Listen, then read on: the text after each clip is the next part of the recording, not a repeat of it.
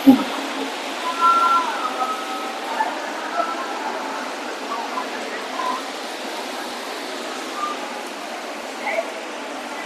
itu? Kayak kursi.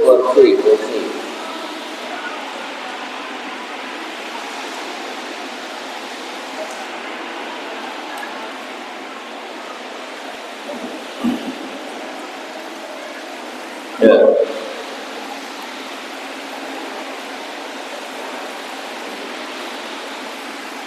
Bismillahirrahmanirrahim.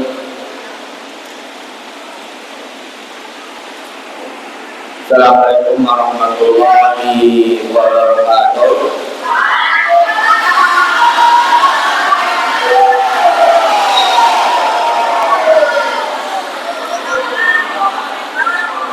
Tembok aja, tembok aja. Di tembok.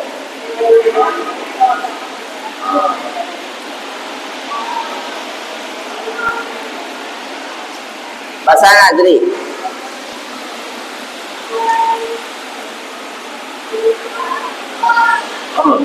Ya. Alhamdulillah rabbil alamin. Nahmaduhu wa nasta'inuhu wa nastaghfiruh wa na'udzu billahi min shururi anfusina wa min sayyiati a'malina.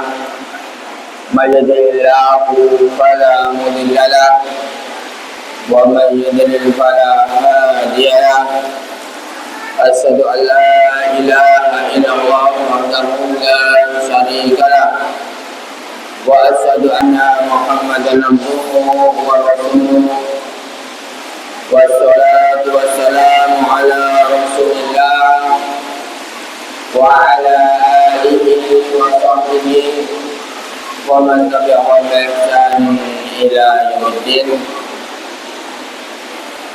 Amma ba'd, fa inna asdaqal hadits kitabullah wa khairal hadi hadi Muhammad sallallahu alaihi wasallam wa sharrul umuri muhdatsatuha wa kullu muhdatsatin bid'ah wa kullu bid'atin dhalalah wa kullu dhalalatin finnar. Ma'asyiral ikhwan rahimani wa rahimakumullah. Alhamdulillah, kita pada sore hari ini dalam situasi di luar yang hujan ya, penuh dengan rahmat Allah Subhanahu wa taala. Allahumma sayyiban nafi'an. Semoga dengan hujan ini ya, Allah memberikan kepada kita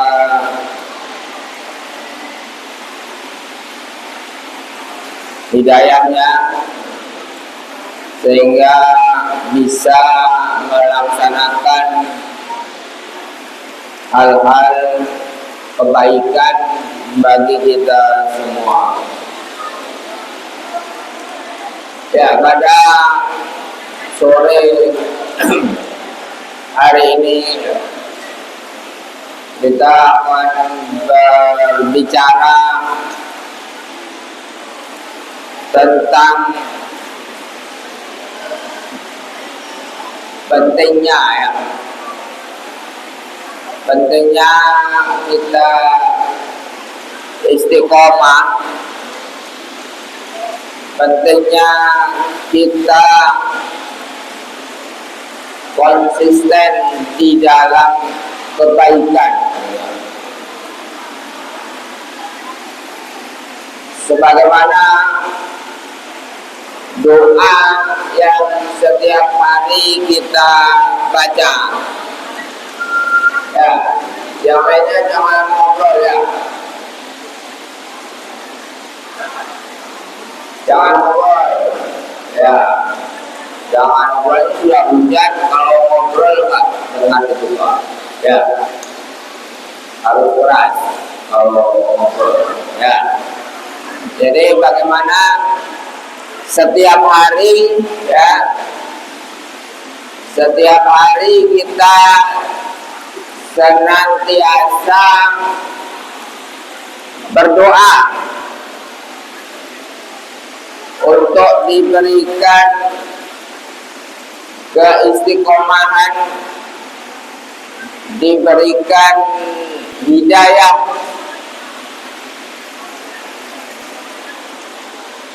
untuk istiqomah di dalam Al-Hakim.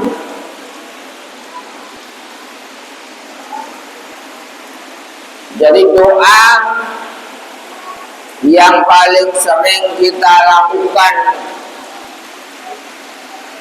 setiap hari adalah minta hidayah.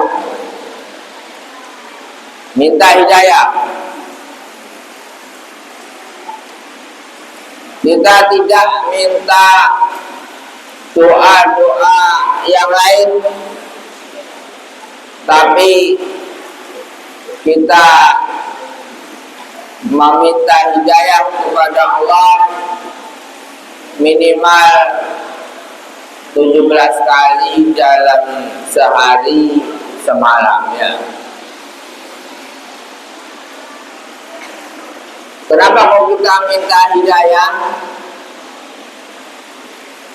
Ya,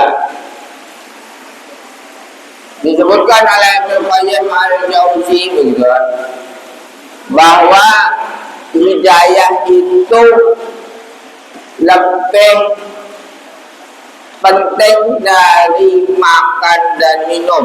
Ya.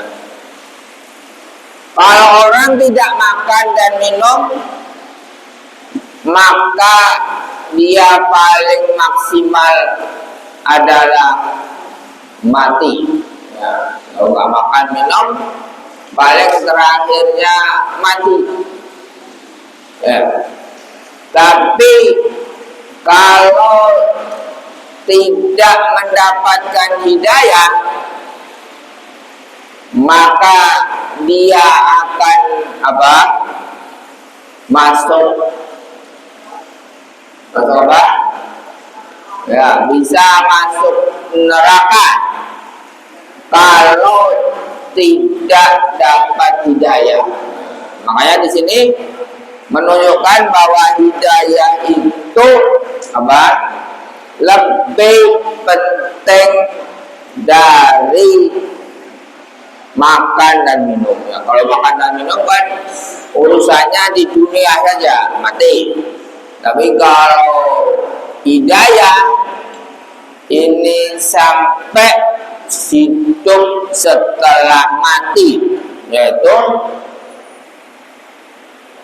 di akhirat.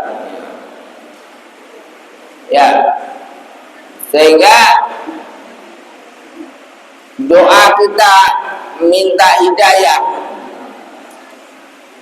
ini kita baca terus dan minimal 17 kali dalam sehari semalam, ya.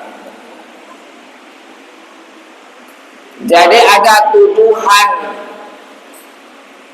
dari ini yang ada tuduhan dari Nasrani. Kalau orang Islam itu tidak yakin dengan agamanya. Kenapa? Karena setiap hari masih berdoa minta hidayah. Ini membuktikan bahwa orang Islam itu nggak yakin kalau agamanya itu benar. Jadi setiap hari masih minta hidayah. Berarti kan nggak yakin kalau agamanya itu benar. Ya. Bahkan kemudian menuduh Rasulullah SAW itu juga belum yakin bahwa Islam itu benar. Kenapa? Karena Rasulullah sebagai nabi yang terakhir aja masih berdoa minta hidayah. Berarti kan dia nggak yakin kalau agamanya itu benar. Nah, jadi masih masih ragu, gitu ya. Masih ragu. Ini tuduhan dari Nasrani, dari Kristen menuduh bahwa orang Islam itu sebenarnya nggak yakin agamanya itu benar. Buktinya dia masih berdoa minta hidayah. Nah, ini kan berarti masih ragu kebenaran agamanya. Ya. Maka kita jawab bahwa hidayah yang dimaksud di dalam Islam itu bukan sekedar masuk ke dalam Islam, ya. Bukan hanya sekedar menjadi seorang muslim. Hidayah itu sangat luas maksudnya, yaitu hidayah bagi kebaikan dunia dan akhirat. Nah, itu hidayah. Seorang muslim sudah masuk Islam, dia masih membutuhkan hidayah agar dia mau sholat 5 waktu.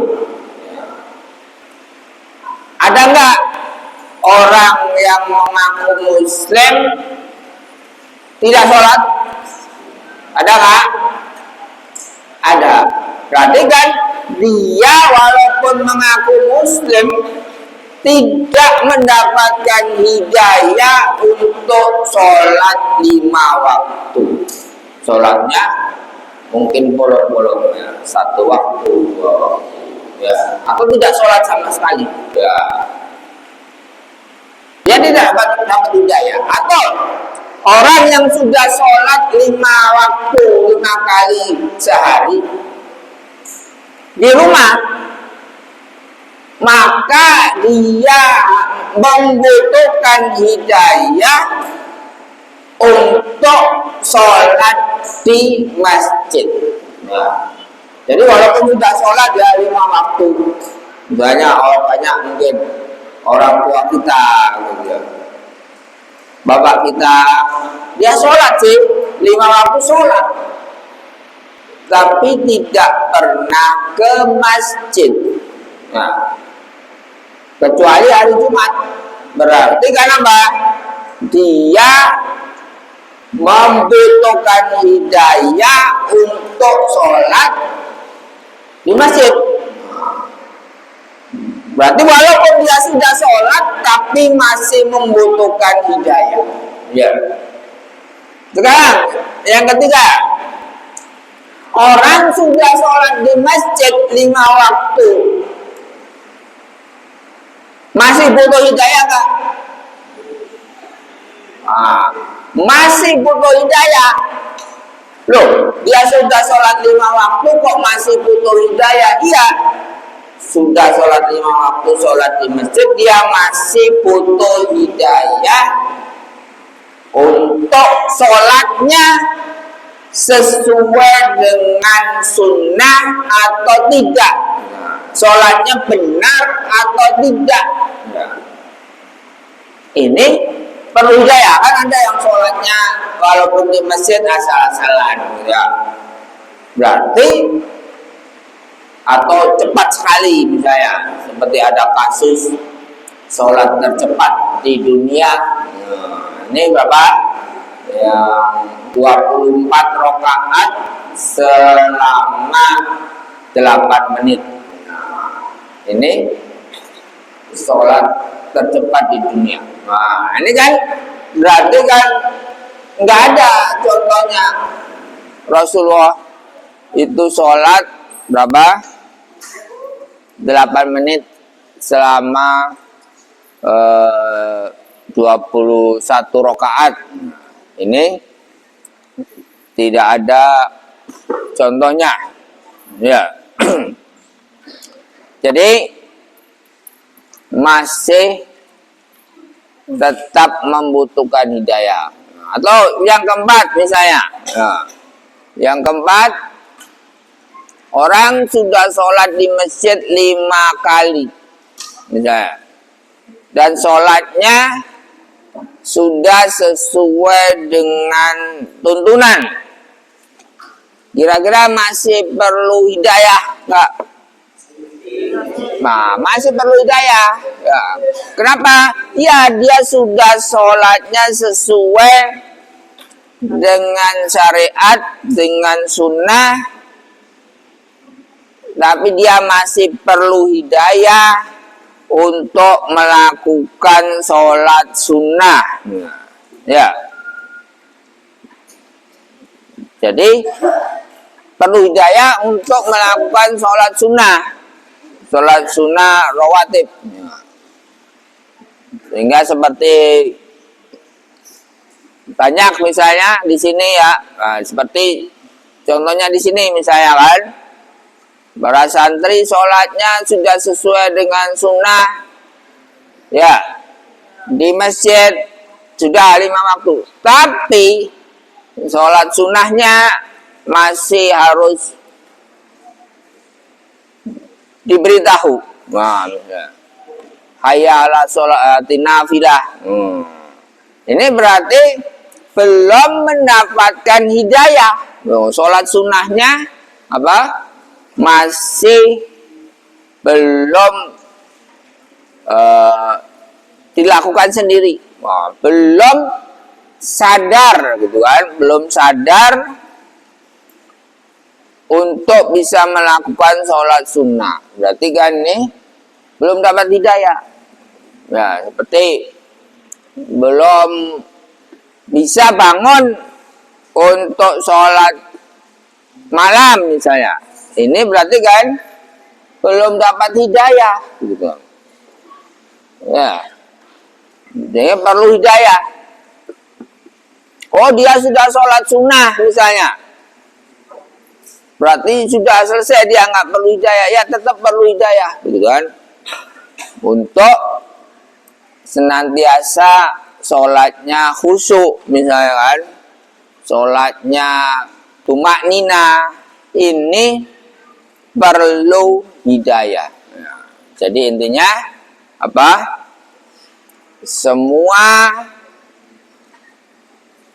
Segala sesuatu itu perlu hidayah. Nah, jadi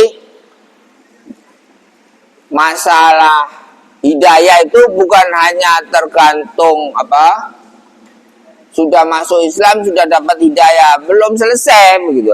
Sampai hidayah itu sampai masuk surga, itu hidayah yang terakhir. Makanya kenapa Nabi Muhammad walaupun seorang nabi, dia masih perlu hidayah. Kenapa tadi? Apa jawabnya? Kenapa kok Nabi masih perlu hidayah tadi? Ya, karena apa? Hidayah yang terakhir itu adalah surga. Sementara Rasulullah SAW kan belum masuk surga.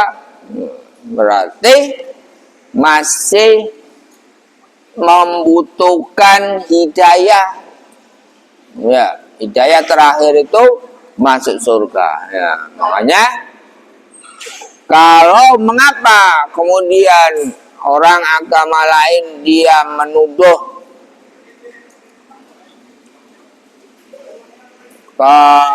kalau orang Islam itu masih nggak yakin dengan kebenaran agamanya, nah ini dia tidak memahami hidayah itu ya. Tidak ngerti makna hidayah ya. Jadi oleh karena itu kita harus paham ya. Kalau kita nggak paham kan bisa apa tadi ditipu. Oh iya ya benar ya. Kalau orang muslim itu belum yakin agamanya benar karena tiap hari masih membutuhkan hidayah. Ya. Tiap hari masih doa ihdinas siratal mustaqim. Ya, ini berarti kan masih nggak yakin agamanya benar. Nah, itu jawaban dari tuduhan tadi ya. Jadi hidayah itu bukan sekedar masuk Islam, ya, tapi lebih dari itu ya. Ya. Kemudian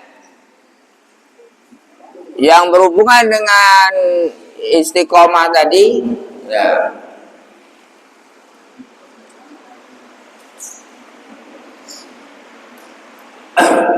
Ya. Jadi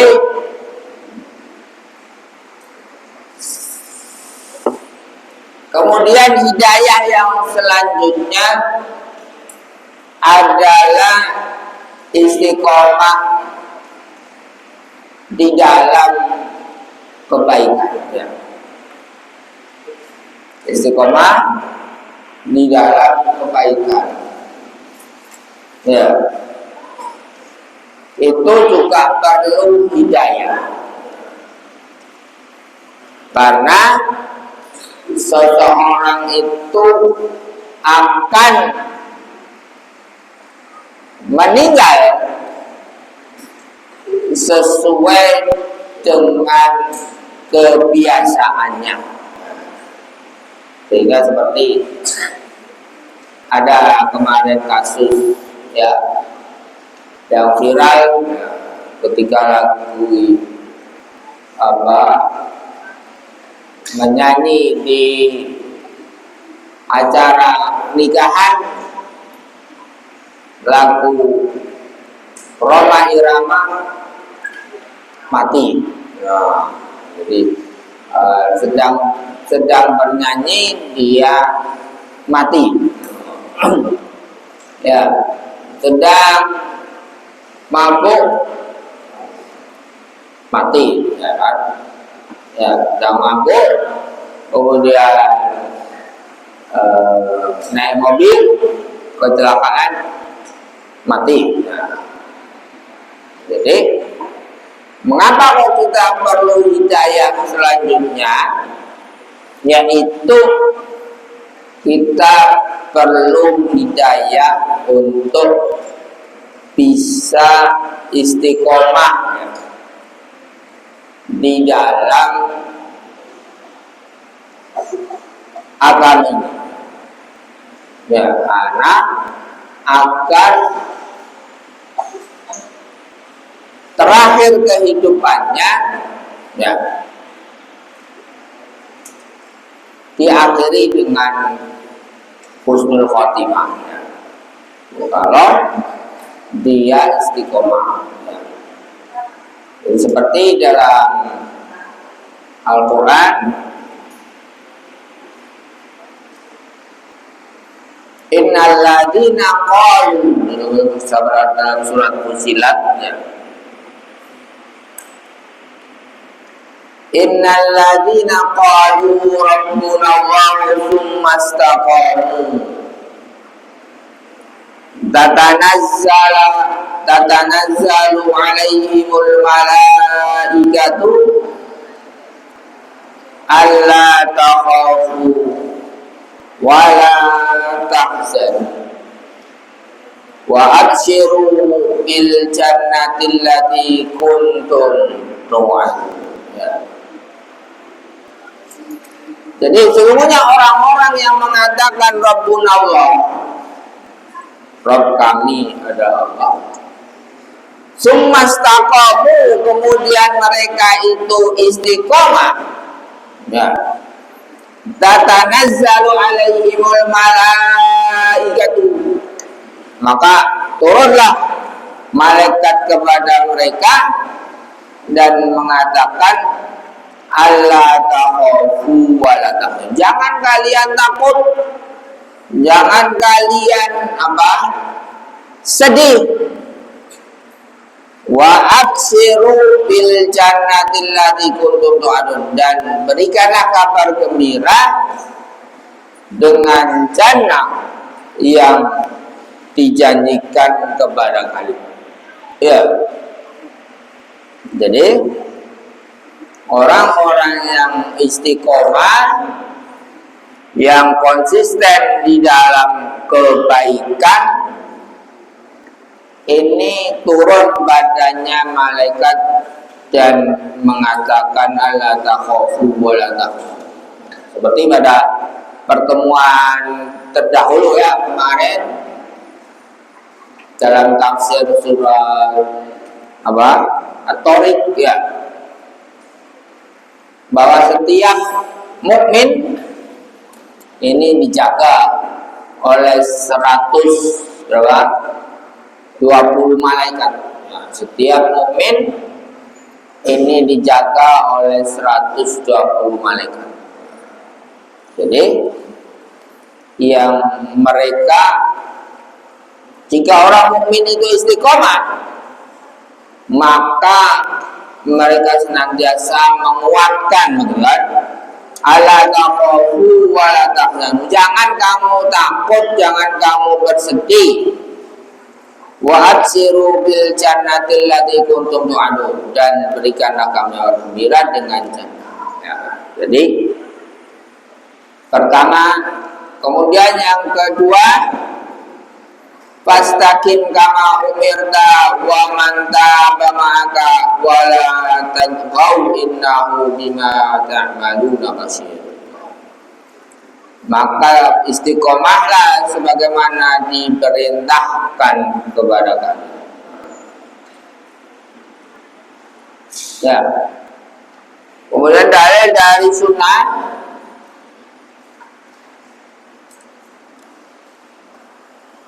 ketika Sufyan bin Abdullah As-Saqafi berkata, ya Rasulullah, quli fil islami qawlan la as'alu anhu ahadan ba'daka, qala qul amantu billahi summa taqastaqim. Ya Rasulullah, katakan kepadaku, di dalam Islam satu perkataan yang aku tidak bertanya kepada seorang pun setelah Anda. Beliau menjawab, katakanlah aku beriman, kemudian sumastaqim, kemudian beristiqomahlah. Ya. Jadi karena sebagaimana disebutkan di dalam tafsir yang kemarin, bahwa godaan dari iblis ini sangat kuat, ya, sangat kuat sekali, ya. Pasti nggak akan bisa kalau tidak mendapatkan penjagaan, gitu kan. Ya. Saya setelah dari pesantren, saya liburan pulang, pasti ya melihat toktik, ya, toktik apa, TikTok, toktik ya, pasti melihat ya, YouTube, ya, ini mungkin 80% ya. Nah, dan itu atau main game online misalnya, ini kemungkinannya. Nah, sehingga kalau santri yang tidak istiqomah, ya dia 24 jam atau 25 jam dalam sehari bisa dihabiskan untuk di depan HP misalnya. Ya. Jadi karena memang sangat berat godaan saat ini, begitu kan? Godaan sehingga kalau tidak dilindungi maka seorang mukmin tidak akan berhasil tidak akan berhasil istiqomah. Ya, ya kalau di rumah hafalannya mungkin hilang, gitu kan? Makanya antum cuma harus bersyukur, gitu kan, kepada orang tua kalian, gitu, karena menjaga kalian untuk tetap di dalam hidayah. Ya, ya.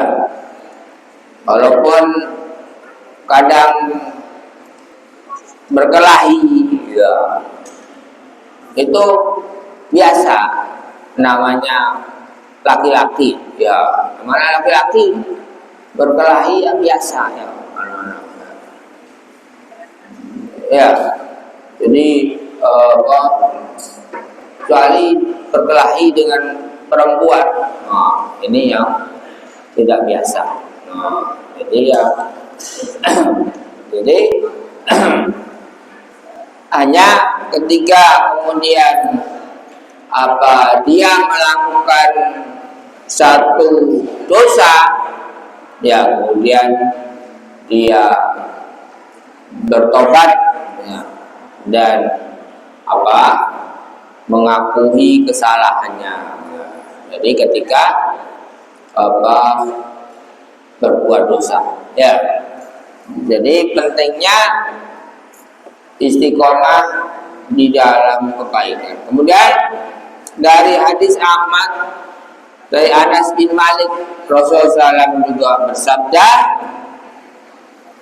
iman seorang hamba tidak akan istiqomah sehingga hatinya istiqomah, dan hati seorang hamba tidak akan istiqomah hingga lisannya istiqomah, dan orang yang tetangganya tidak aman dari kejahatannya, dia tidak masuk surga.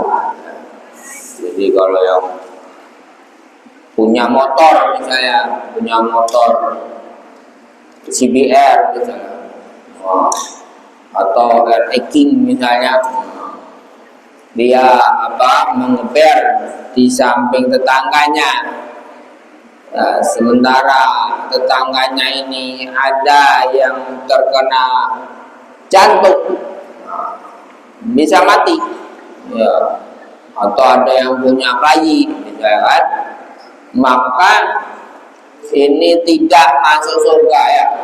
Jadi siapa yang tetangganya tidak aman dari dirinya, dia tidak masuk surga, ya. Tetangganya ini selalu terganggu, ya, misalnya nyetel musik, ya, keras sekali sehingga mengganggu tetangganya, maka tetangga yang seperti ini tidak masuk surga, ya. Atau tetangga misalnya perbuatannya senantiasa tidak baik kepada tetangga yang lainnya, ya. Jadi kemudian disebutkan juga dalam hadis Abu Sa'id Al-Khudri, itu idza asbaha ibnu Adam fa inna a'dha'a kullaha tukaffirul lisana. Sesungguhnya jika pagi hari anggota badan itu mengatakan kepada lisannya, ittaqillah, takwalah kepada Allah di dalam menjaga hak-hak kamu. Sesungguhnya kami ini tergantung kepadamu. Jadi Anggota badan itu tergantung kepada lisan ini. Ya. Jadi kalau lisannya itu istiqomah, ya anggota badannya bisa istiqomah. Ya.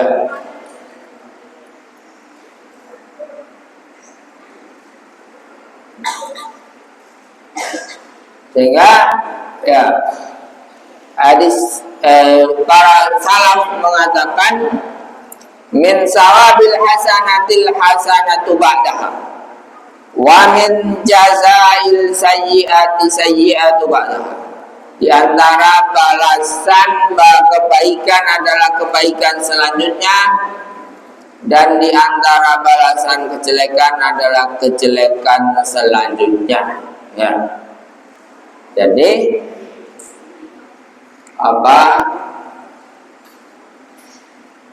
kalau seorang berbuat baik, ya pasti ada kebaikan setelahnya. Nah, seperti dalam tafsir kemarin bahwa inna ma'al usri yusra. Semuanya setiap kesulitan itu ada dua kemudahan. Jadi pasti satu kebaikan akan melahirkan kebaikan-kebaikan yang lain. Ya. Jadi orang yang berbuat kejelekan, maka dia akan memunculkan kejelekan-kejelekan yang lainnya. Jadi seperti berbohong misalnya, pasti kemudian akan berbohong pada selanjutnya. Susah. Pasti melahirkan kebohongan yang lain. Ya. Kemudian untuk beristiqomah itu perlu amalan yang konsisten. Ya. Ahabul a'mali ilallahi adwamuha wa in qalla. Amal kebaikan yang paling dicintai Allah itu adalah yang sedikit tapi dia berkelanjutan, continue. Ya.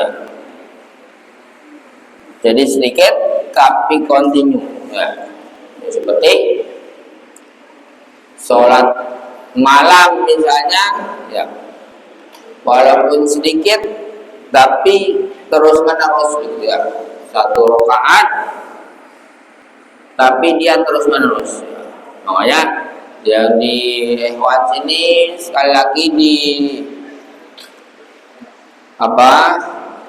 ketua-ketua kamarnya, ya, ketua yang jadi ketua kamarnya, mohon sekali dibangunkan, ya. Nah, jadi biar membiasakan di sini untuk sholat malam, ya. Walaupun mungkin setelah sholat malam dia tidur lagi, ya. Tapi jangan tidur di kamar, ya. Tidurnya di masjid, ya. Jadi kalau kemudian di pesantren dengan tidak di pesantren nggak ada bedanya kan, ya nggak perlu di pesantren, gitu kan. Nah, di pesantren kok nggak terbiasa sholat malam, kadang sholat aja enggak. Nah, jadi diantara penyakit anak pesantren itu ketika dia di rumah tidak sholat, ya. Di rumah yang wanita ini tidak pakai kerudung misalnya, tidak menutup aurat ketika tidak di pesantren, gitu kan. Ini biasa. Jadi pada kemarin ada kasus, ya, ada alumni katanya, alumni di sini, ya, mengambil ijazah, ya, tapi dia di SMA aliyah mungkin negeri, ya. datang ke sini ambil ijazah sudah celananya ketat, begitu kan? Nah, bajunya agak transparan, kerudung lilit, nah, yang bisa untuk bunuh diri itu. Nah, ya, ini baru berapa bulan lulus dari pesantren?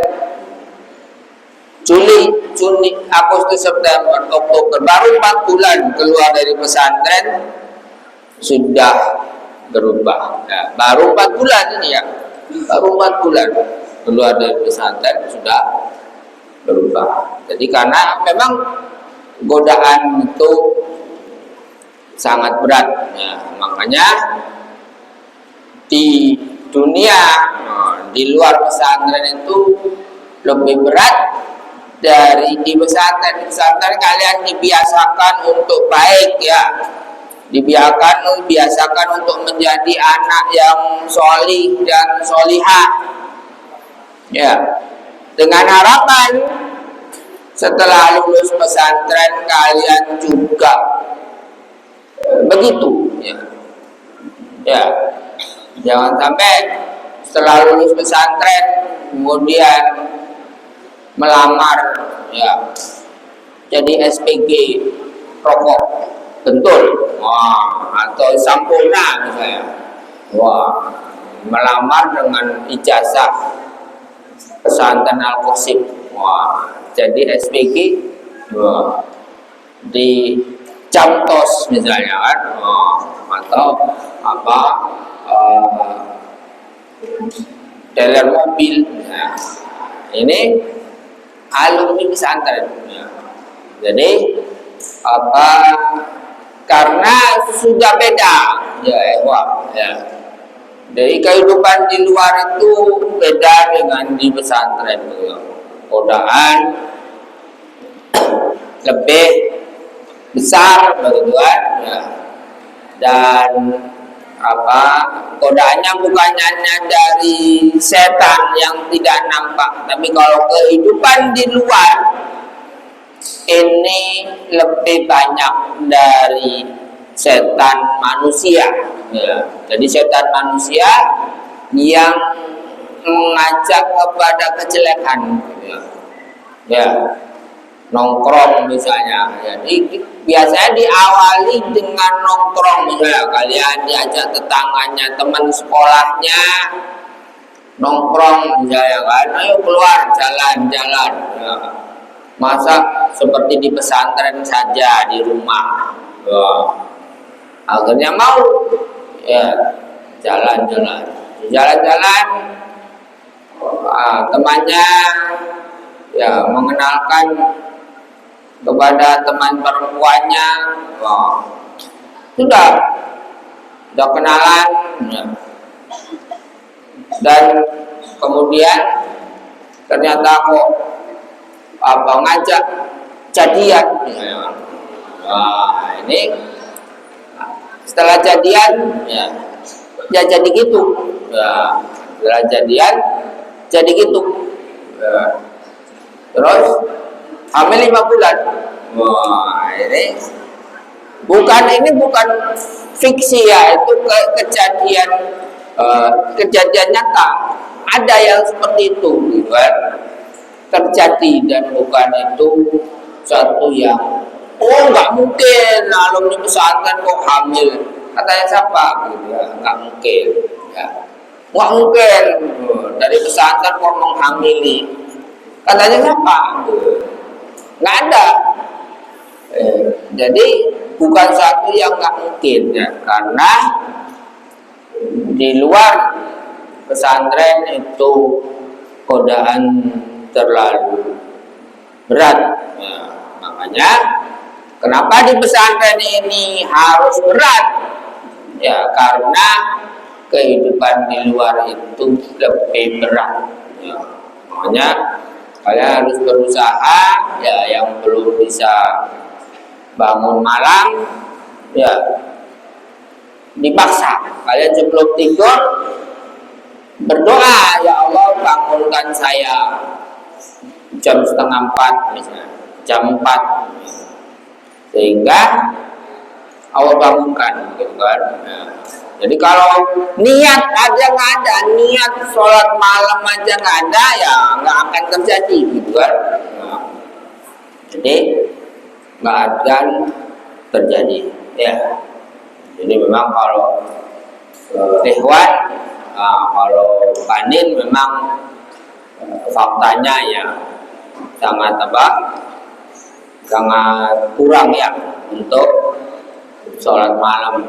Jadi masjid masih belum ramai pada santri yang sholat malam ya. Ini nanti mungkin musyrif atau ketua kamarnya lebih giat lagi ya. Kalau di Banat ini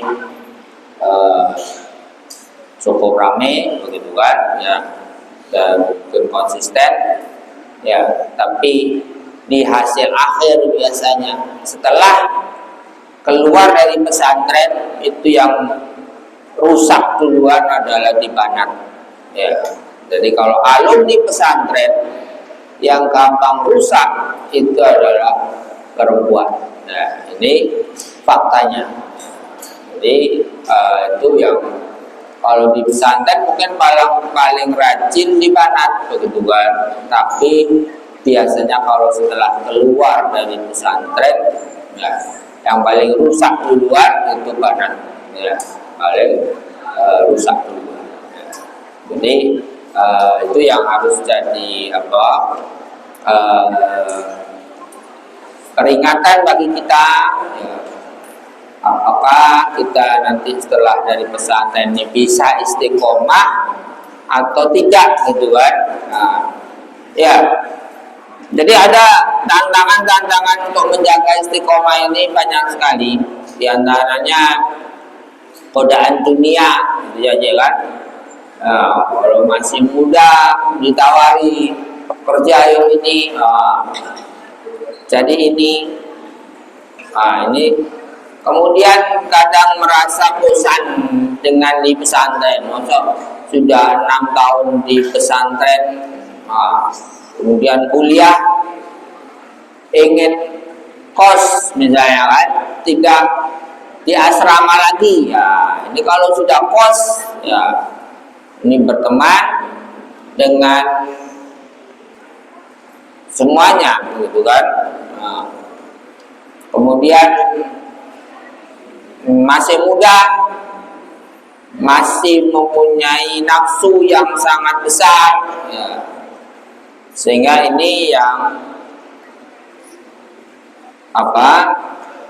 sangat mudah untuk berubah. Kemudian setelah keluar pesantren tidak belajar ilmu kembali ya, tidak menjaga dirinya dengan kajian-kajian ya, maka akan menjadi berubah, lingkungannya berubah ya, akhirnya dia tidak istiqomah ya. Kemudian di antara strategi untuk menjaga istiqomah yakni bina niat, ikhlas, dan memperbaharui niat, mulai dari yang kecil tapi konsisten ya. Kemudian mempunyai target ya, saya harus seminggu ini misalnya sholat malam misalnya kan. Jadi kalau tidak ada target ya nanti sampai mati nggak ada targetnya kan. Kemudian memilih teman yang soleh, yang solihah. Ini yang penting ya. Biasanya rusaknya seseorang itu karena memilih teman, salah memilih teman ya, maka temannya mengajak kepada kerusakan ya. Jadi istiqomah itu adalah tanda kematangan iman dan keikhlasan. Konsistensi dalam kebaikan itu membawa ketenangan dan pahala yang besar. Selanjutnya Allah menjanjikan surga bagi mereka yang istiqomah. Jadi itulah pentingnya kita senantiasa istiqomah di dalam hidayah yang telah didapatkan. Jadi jangan sampai tidak mensyukurinya ya. Kita bersyukur kita punya orang tua yang mengantarkan kita ke pesantren ya. Jadi juga memberikan kita teman yang baik ya. Jadi senakal-nakalnya anak yang di pesantren ya, ini ya masih nggak bisa bebas nakalnya kan ya, nggak bisa. Ini pasti terbatas. Ya, itu saja mungkin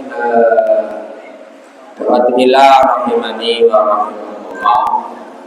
Kemudian untuk besok hari Senin ya, insya Allah ada teman kita mahasiswa Al-Azhar ya. Nah, ini besok akan bercerita tentang bagaimana pembelajaran di Mesir begitu ya, dengan tetap bisa istiqomah misalnya di dalam jalan ahlu sunnah ya. Besok insya Allah jam 10 ya, jam 10 besok kumpul di masjid ya.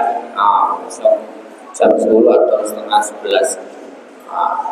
Jadi semoga kita punya ada wawasan dari kita ya, untuk kalau kita punya keinginan untuk sekolah di luar negeri dan tidak bisa masuk di Madinah. Ya, itu saja. Subhanallah wa bihamdika asyhadu an la ilaha illa anta astaghfiruka wa atubu ilaik. Assalamualaikum warahmatullahi wabarakatuh.